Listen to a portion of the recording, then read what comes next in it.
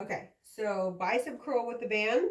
1 foot forward, same. The back foot is not directly behind, it's slightly to the right. So shoulders are hip width, wrists are turned upward, and then we're going to go alternating one at a time. So hand comes up. Notice you can see the back side of the wrist.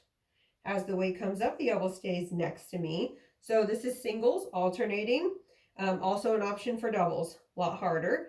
Abs in tight, and then just make sure the core doesn't move. So notice like the rest of my body isn't moving, only moving at the hand.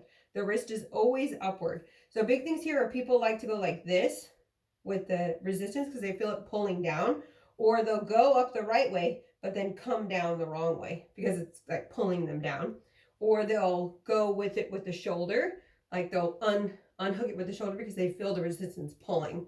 So body still, wrist up, wrist stays up on the way down.